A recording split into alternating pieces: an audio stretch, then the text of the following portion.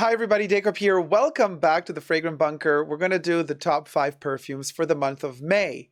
I'm very excited about this. I even prompted my AI bubbles to generate a gorgeous little meadow spring flower landscape for us. Although, is the entire selection going to be this kind of springy happy vibe, or are we going to have some darkness in there as well? Let's see. Before we get to it, subscribe to my channel if you haven't already and wish to. Push the join button next to the subscription button. Become a member today. Gain access to extra perks. You can also join me on Patreon. Superdacob all spelled together there as well for extra perks. So thank you to my members and patrons who have already pledged. The first perfume is a classic in spring. I mean, you can wear this to a wedding. You can wear it to your wedding. You can wear it as the guest to somebody else's wedding. I don't know if you might overstage the person that is getting married if you wear this fragrance. Just fragrance-wise, you might outstage them a little bit, so be careful. Ask the person getting married, are they wearing the same perfume? If they are, then maybe wear another one just to be kind and polite. Let the bride and groom, or bride and bride, or groom and groom shine. It's their day after all. But for all the other occasions, this is wonderful for the month of May. Here it is, Quelques Fleurs by Houbigant. This is Quelques Fleurs l'original in the Eau de Parfum concentration, yes. Said to have been worn by Lady Diana on her wedding day. She spilled a bottle, allegedly. By the way, everything I say in this video is for entertainment purposes only, not rooted in truths or facts. Everything's alleged and just my opinion. So rumors have it that she spilled a full bottle all over her bridal dress the day of the marriage, and the exhibited dress, some people say who see it on exhibition say that it still smells of Quelques Fleurs. Oh, this is what legends and myths are made of, seriously. But the perfume itself is a beautiful floral accord, very ambrosial, almost like a nectar of the gods. It's so beautiful. Delicate but firm. It's a floral that is so bombastically rounded up and buttery, ambrosial, that it just makes you feel happy. You know, it's a very happy fragrance. So this is the L'Original. They do have other flankers of Quelques Fleurs, but I love the OG. What can I say? Of course, it has been reformulated throughout the decades, but still smells so divine and so different from anything else out there. There's a plasticky accord in there as well, which I might not like in some instances, but with this perfume, it really works very well. It's almost like a resinousy touch of almost like a honeyed floral bouquet in spring. So beautiful. Now, the next one is also gorgeous, difficult to understand at the beginning, but it becomes more and more special as time passes, and it ages really well. I purchased one of the first batches of this perfume several years ago when it first came out, and so I don't know. I don't think they reformulated this one ever. I think they just released it, didn't sell really well, and now they discontinued it. Unfortunately, the bottle is green, so with my green screen, you might not be able to see it, but you'll see the sticker, and it would be a Gucci fragrance. During the reign of Alessandro Michele, they released, together with Coty, a few years ago, Mémoire d'une odeur. So it is the memory of a smell, and how befitting that this green bottle is disappearing just as the perfume has been discontinued. So it's kind of, you have the Gucci logo on top of this metal cap. It's kind of like just blending into the background, and it's becoming no more, right? They've discontinued it, unfortunately, but this one grew on me, and the older it gets, and like I said, I do have the first batch here, or one of the first batches, so it had time to marinate, it had time to breathe, and it really deepens with time. And the chamomile with the, what do they call it, the Roman chamomile, really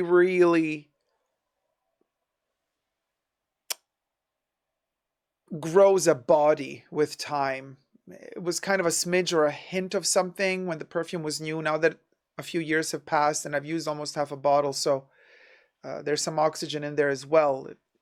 It allowed the perfume to breathe and morph, somehow mutate into something else. And the chamomile accord is so ancient in such a good way. There's a smidge of sweetness there, but also bitterness. It's almost like a chypre. It's like a very light version of Aromatics Elixir in a way. Very, very, I mean, Aromatics Elixir also has chamomile in it, by the way. So this is very, very refreshing for May. Also floral accord, but very green, very medicinal. The opposite of Quelquefleur, really. Quelquefleur is all about the ambrosia, and this is all about medicinal, kind of dry, herbal tea, potion turned into fragrance. You know, very poetic, actually. The more time passes, the more I love it. I'm so sad they discontinued it. So gorgeous for May. The next one is a Chanel, and well, Chanel, you did it again with your discontinuation of the best products available. This one is just divine for the month of May. All year round, really, but discontinued in its extrait form.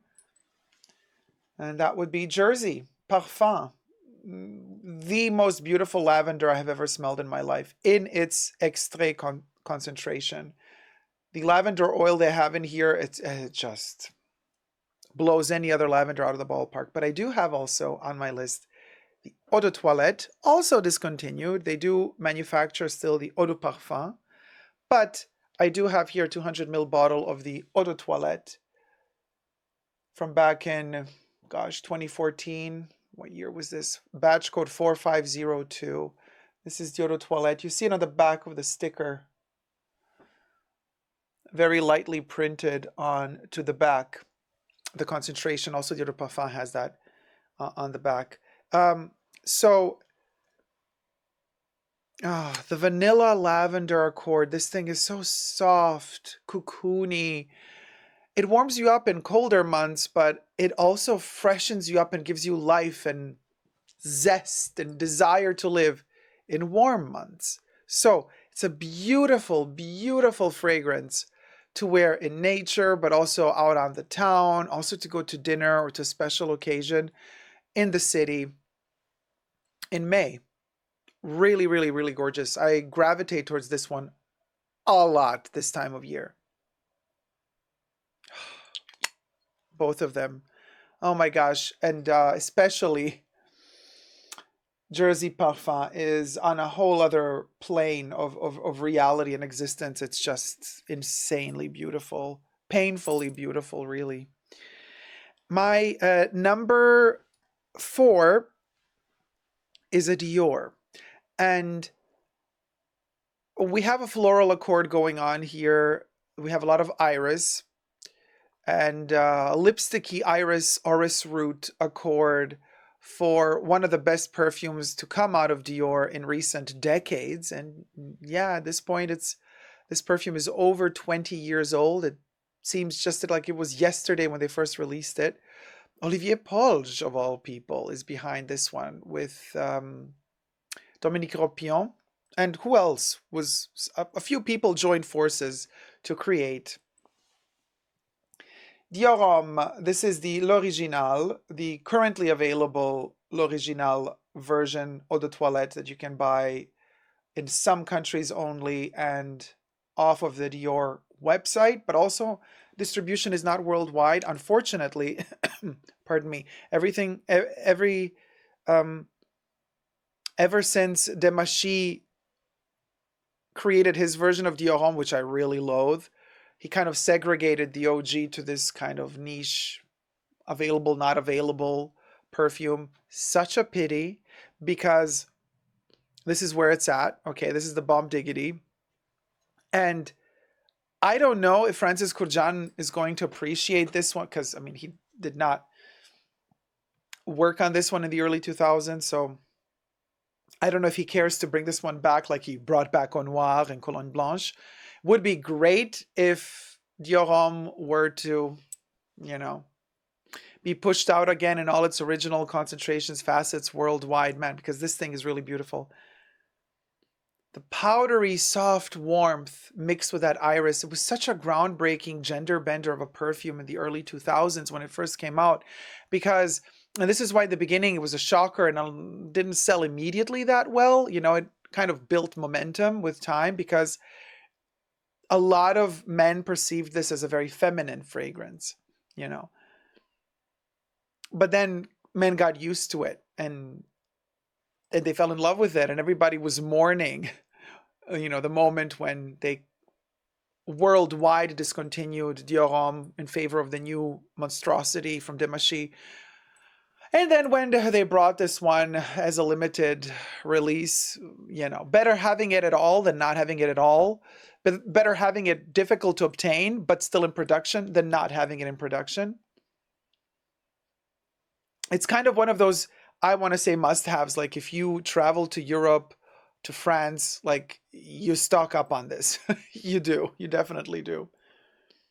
Gorgeous. And so Dior Homme Original is so dry, almost mystical, sophisticated, very, very elegant, flirtatious, full of life, wants to go to a party, but is very clean at the same, not preppy, but just clean. Somebody took a shower before they went dancing. Okay, they're not going to carry all their sweat with them on the dance floor. They're going to build up the sweat on the dance floor, but they will arrive to the club nice and washed. I love the sensation that Dior Homme Original gives me. Beautiful in May, just like it has that smidge of happiness that you really, really need, but there's also that sexy darkness lurking in the background. Very flirtatious perfume, really good for going out on dates as well.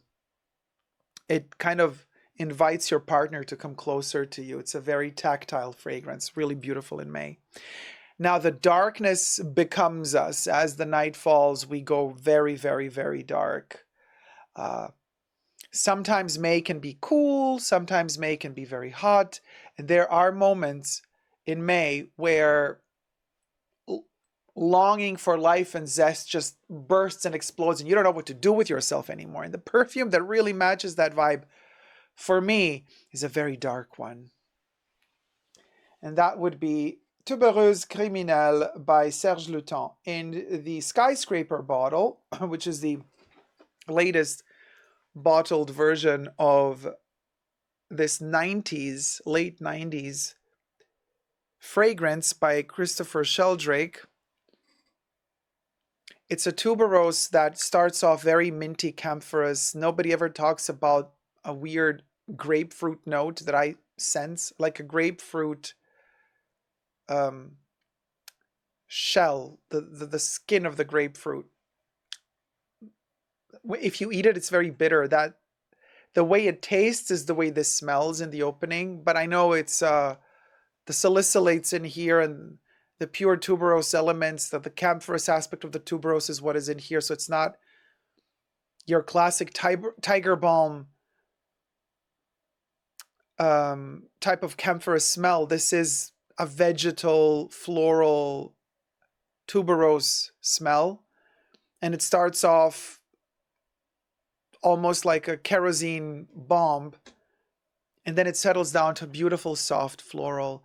And it, you know, jasmine comes in there as well. The musks come in there as well. And it becomes all fluffy and fuzzy, but dark. And it kind of lures you into that darkness, into that precipice of what is about to become summer. But it's still spring. But it's the height of spring. All the chlorophyll we've experienced late April, beginning of May is gone in the trees. So that peak of green is gone. And now slowly that green is going to, with time throughout summer, fade into nuances of yellow, amber, gold, and then into brown hues as we enter autumn. So this is that peak right after the chlorophyll boom of the plants, and then we got all the rains and sun is coming out more and more, and spring is evolving and going to become summer. That's when this perfume comes into play. It's also quite humid, the smell of it. Tuberose in general gives me humid vibes, gorgeous to wear in the rain.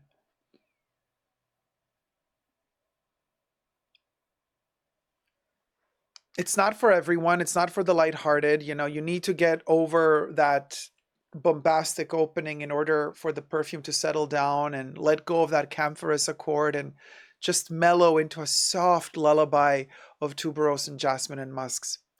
And if you are strong enough for this one and you play with it, and if you play even with the opening notes, then you go into that dark territory, that mysterious, mischievous, dark territory where, well, you know, all rules are broken, all options are on the table, and it's just all about just you figuring out if you want to take that chance or not, you know, take the risk or not.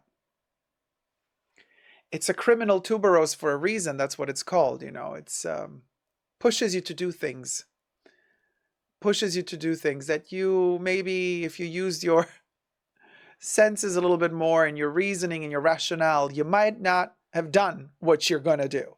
But this perfume is definitely the skyscraper that breaks through the sky and breaks boundaries and limits.